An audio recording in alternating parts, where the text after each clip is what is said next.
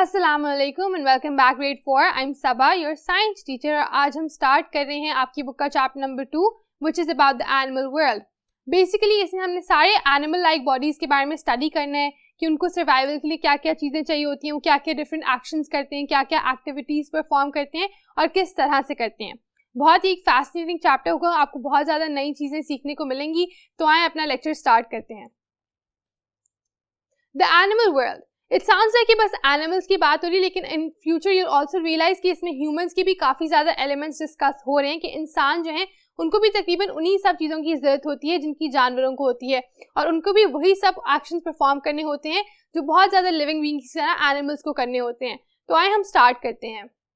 Animals carry out the following task. Basically animals तकरीबन सारे living beings जो हैं वो कुछ बेसिक टास्क जो हैं वो कैरी आउट करते हैं। कुछ काम है जो वो करते हैं जिसकी वजह से आप उनको लिविंग बीइंग्स कहते हो, जिसकी वजह से वो जिंदा हैं, वो लिविंग बीइंग्स हैं। तो वो क्या है? सबसे पहला है ग्रोइंग, बढ़ना। जैसे कि आप भी you born as a baby, लेकिन फिर आप बड़े होते हो, आप एक एडल्ट बन जाते हो। हर एनिमल इसी तरह बेबी की फॉर्म में पैदा होता है और फिर ग्रो करके कुछ और बन जाता है। उनका साइज भी ग्रो करता है, उनकी मेंटल ग्रोथ भी होती है और वो फिजिकली भी बड़े हो जाते हैं, right? So that is the first thing that all animals, all living beings do. Second है मूविंग, हिलना जुलना। अब हर कोई बहुत ज्यादा मूव तो नहीं करता, लेकिन तकरीबन all living beings have the ability to move. जैसे कि मैं हूँ, मैं चल सकती हूँ। कोई एनिमल है, it can move around, birds can fly, fish can swim. So all of these living beings have the ability to move around. Thirdly, we're talking about eating. Obviously, उनको अपने लिए खाना चाहिए होता है, एनर्जी चाहिए होती है अपने सारे प्रोसेसेस को कैरी आउट करने के लिए। तो eating is another thing that all living beings do. अब वो डिफरेंट तरीके का ईटिंग हो सकता है, जैसे बेबी सिर्फ मिल्क पीते हैं, but again that is also counting as eating. क्यों? क्योंकि अपने अंदर कुछ लेकर जा रहे हैं जिससे उनको एनर्जी मिलती है। नेक्स्ट, ब्रीदिंग, सांस लेना। हर लिविंग बीइंग, इवन प्लांट्स जो हैं, देयर ऑलवेज ब्रीदिंग। तो सांस लेना एक बहुत अहम कैरेक्टरिस्टिक होता है for all living beings including animals and humans. Lastly, reproducing. Reproducing होता है अपने आप को और ज्यादा पैदा करना या दोबारा से उसको रिप्रोड्यूस करना, ज्यादा करना अपने आप को, अपनी पॉपुलेशन को। जैसे कि इंसान है, उनके भी बच्चे होते हैं, एनिमल्स हैं, उनके भी फर्दर जनरेशंस पैदा होती हैं। That's why they are always reproducing. Plants भी अपने बाद अपने बेबी प्लांट्स को बर्थ देते हैं, and that way they are always constantly reproducing. So that is something else that all living beings do and share in common. अब हम बात करें एसेंशियल्स ऑफ सर्वाइवल। ऊपर हमने बात अभी की है कि सर्वाइवल में होता क्या क्या है, लिविंग बीइंग्स करते क्या क्या है, ग्रो करते हैं, ईट करते हैं, मूव करते हैं, ऑल ऑफ दोस थिंग्स। अब हम क्या बात करें? अब हम कह रहे हैं कि अहम चीजें क्या हैं उनको सर्वाइव करने के लिए। सर्वाइव होता है जिंदा रहना, against the odds, against the hardships, क्योंकि आपको इतनी ज्यादा चीजों को फेस करना होता है। आपको अपने आप को मेंटेन रखने के लिए, अपने आप को जिंदा रखने के लिए, सर्वाइव करवाने के लिए बहुत सारी चीजों की जरूरत होती है। हम उनमें से 3 जो मेन चीजें उनके बारे में पढ़ेंगे, तो आए देखते हैं। Most of the times animals are just focusing on survival. Animals का जो मेन फोकस अक्सर पेशतर होता है वो क्या होता है कि सर्वाइव करना है, कि हमने खाना खाना है, हमने अपने आप को दूसरे प्रे से, दूसरे प्रेडेटर्स से बचाना है, हमने अपने आप को प्रोटेक्ट करना है, हमने अपने आप को ठंड से बचाना है, गर्मी से बचाना है। So what they trying to do is they trying to protect themselves. तो मेन टाइम जो है वो अपना सारा सर्वाइवल के बारे में सोचने में, उसके बारे में काम करने में लगा देते हैं। They need 3 essential things. तो ये जिस सर्वाइवल पे वो इतना ज्यादा फोकस करते हैं, जिसके लिए वो इतना कुछ करते हैं, उस पे बेसिकली उनको अब 3 अहम चीजों की जरूरत होती है।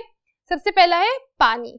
पानी के बगैर लाइफ मुमकिन ही नहीं है। अर्थ पे लाइफ ही इसलिए पॉसिबल है, क्यों? क्योंकि पानी जो है अवेलेबल है। पानी अगर नहीं होगा तो कोई भी लिविंग बीइंग नहीं होगा। Next, energy. हर किसी को अपने प्रोसेसेस को कैरी आउट करने के लिए एनर्जी चाहिए होती है। वो डिफरेंट सोर्सेज से एनर्जी लेते हैं और फिर उनको अलग अलग कामों के लिए इस्तेमाल करते हैं। तो एनिमल्स को भी 3 एसेंशियल चीजों में से दूसरी एसेंशियल चीज जो चाहिए वो क्या है? वो है एनर्जी। तीसरा है ऑक्सीजन। ऑब्वियसली हम सांस लेते हैं, all animals and living beings are constantly breathing, right? तो ब्रीदिंग के लिए ऑक्सीजन बेसिकली आप अंदर लेके जा रहे हो। So this is the third important thing that all living beings need. Now we can move further and read about water more. The first thing that we will be discussing is water. कि water जो है वो बहुत essential चीज है, अहम चीज है। वो क्यों अहम है? हर एनिमल को उसकी क्यों जरूरत होती है? Let's begin. Most precious thing on earth. Water जो है उसको आप दुनिया पे सबसे अहम चीज कह सकती है। उसकी क्या वजह है? क्योंकि उसके बगैर कोई लाइफ एग्जिस्ट नहीं करती। No life without it. अगर पानी नहीं होगा तो कोई भी लाइफ फॉर्म नहीं होगा। अर्थ पे सिर्फ इसी वजह से लाइफ है क्योंकि यहाँ पर पानी है। बाकी सारे जो प्लैनेट्स हैं उन पे लाइफ क्यों नहीं है? क्योंकि पानी नहीं है। और हर एनिमल, हर लिविंग बीइंग का जो ज्यादातर प्रोपोर्शन होता है बॉडी का, वो भी पानी से ही बना हुआ होता है। Animals can survive longer without food and water. आपने सुना होगा कि आप खाने के बगैर तो रह सकते हो, बेशक आप 10 दिन 12 दिन गुजार लो, लेकिन आप पानी के बगैर नहीं रह सकते. If you don't get water you will not be able to survive because water is that important for your body. तो खाने से भी ज्यादा अहम आपके लिए क्या है?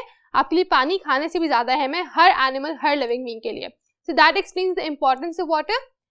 वी नीड वाटर बिकॉज अब हम आगे ये भी बात करें कि हमें पानी चाहिए किस किस लिए होता है. तो सबसे पहले all living things are mostly made of water, क्योंकि ज्यादातर लिविंग बीइंग्स जो हैं वो बनी ही पानी से हैं. तो अगर पानी उनसे थोड़ा सा लूज कर जाता है तो फिर उनको उसको फौरन रिप्लेस करना पड़ता है.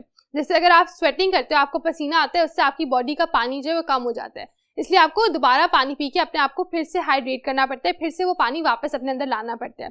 आप पानी को लूज नहीं कर सकते, आप उसको जाने नहीं दे सकते. आपको हर वक्त अपनी बॉडी के अंदर पानी जो है उसको रखना है, उसको मेंटेन करना है. And that's why water is very important for your survival and animal survival. फिर हम कह रहे हैं water helps to move food and chemicals around the body. अब आपकी बॉडी में चीजें, केमिकल्स वगैरह किस तरह से मूव कर रही हैं? वो ब्लड स्ट्रीम में मूव कर रही है, और ब्लड स्ट्रीम में बेसिकली वाटर की बहुत सफिशिएंट क्वांटिटी होती है.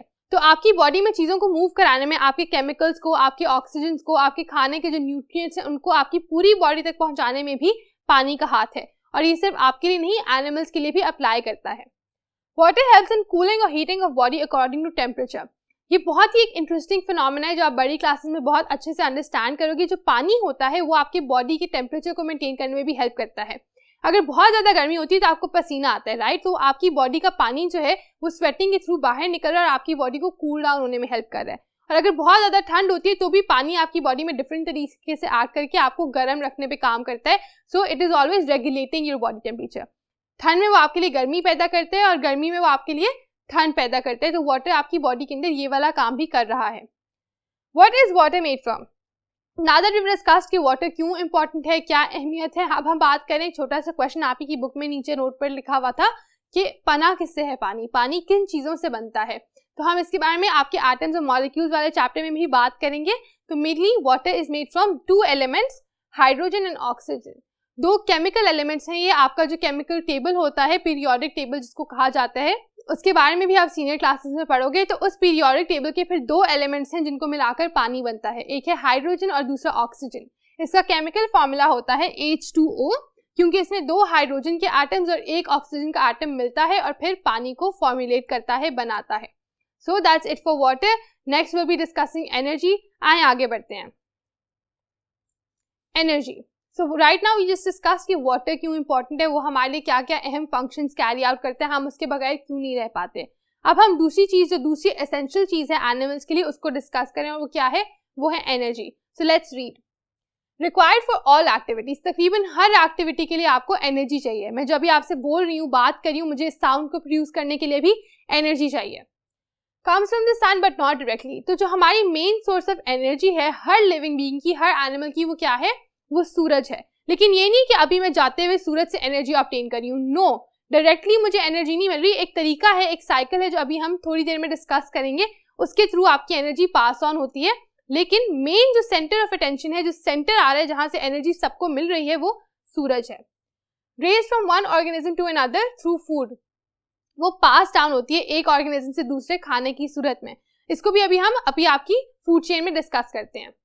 Birds need energy to fly. Obviously birds को उड़ने के लिए एनर्जी की जरूरत है. बेबी एनिमल्स को ग्रो करने के लिए energy to grow.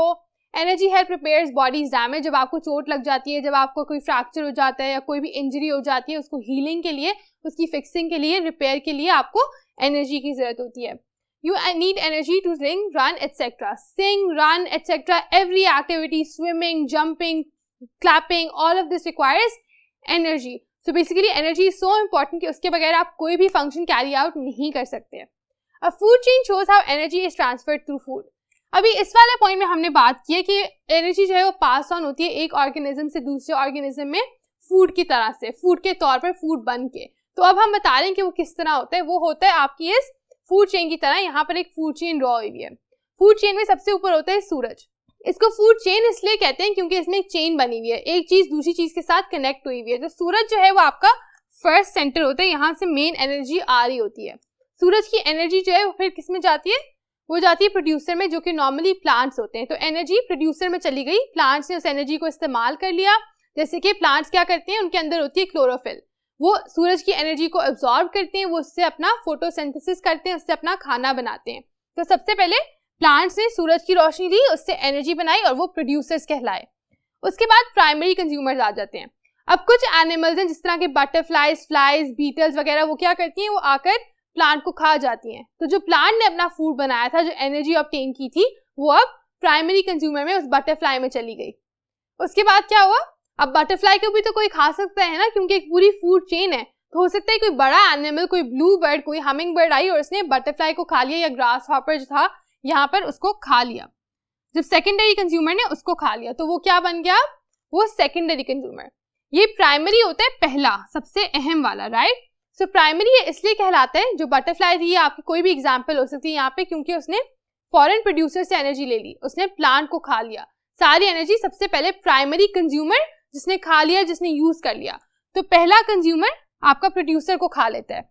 Secondary consumer वो होता है जो प्राइमरी कंज्यूमर को खा जाता है। उसके अंदर कहाँ से एनर्जी, उसके अंदर आ रही है ये प्लांट की एनर्जी जो प्लांट ने सूरज से ली थी, तो उसके अंदर उसकी भी एक एक्सटेंट आ जाती है। और फिर अगर सेकेंडरी कंज्यूमर, जैसे कि अगर आपका ब्लू बर्ड है या हेमिंग बर्ड है यहाँ पे, उसको किसी ने खा लिया, तो वो क्या बन गया, वो बन गया टर्शरी कंज्यूमर।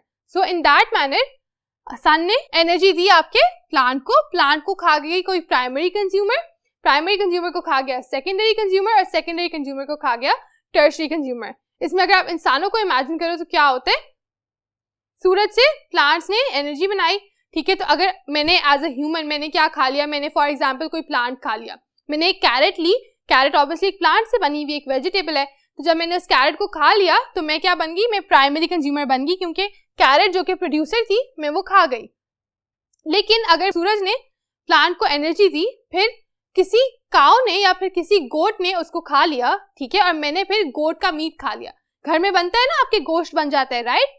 तो अगर मैंने गोट खा लिया तो मैं क्या बन गई, फिर मैं सेकेंडरी कंज्यूमर बन गई। ऐसा क्यों हुआ, क्योंकि मैंने प्राइमरी कंज्यूमर जो था उसको खा लिया। प्राइमरी कंज्यूमर जो था वो गोट थी, गोट ने ग्रास को खाया था, ग्रास ने सूरज से एनर्जी ली थी। तो प्रोड्यूसर चला गया प्राइमरी कंज्यूमर के पेट में, जो कि थी हमारी गोट, और फिर मैंने उसको खा लिया तो मैं बन गई secondary consumer. So in this manner एक पूरी फूड चेन चलती है, जिसमें आप बताते हो कि प्रोड्यूसर क्या है, आपका प्राइमरी कंज्यूमर कौन है, सेकेंडरी कंज्यूमर कौन है। आगे मैंने इसकी एक एग्जाम्पल वाली फूड चेन ड्रॉ भी की हुई है, तो आए उसको चल के देखते हैं। What we have here is an example of a food chain। अब यहाँ पर हमने डिफरेंट बींग्स के नाम लिखे हुए हैं कि वो किस तरह फूड चेन में फॉलो करते हैं।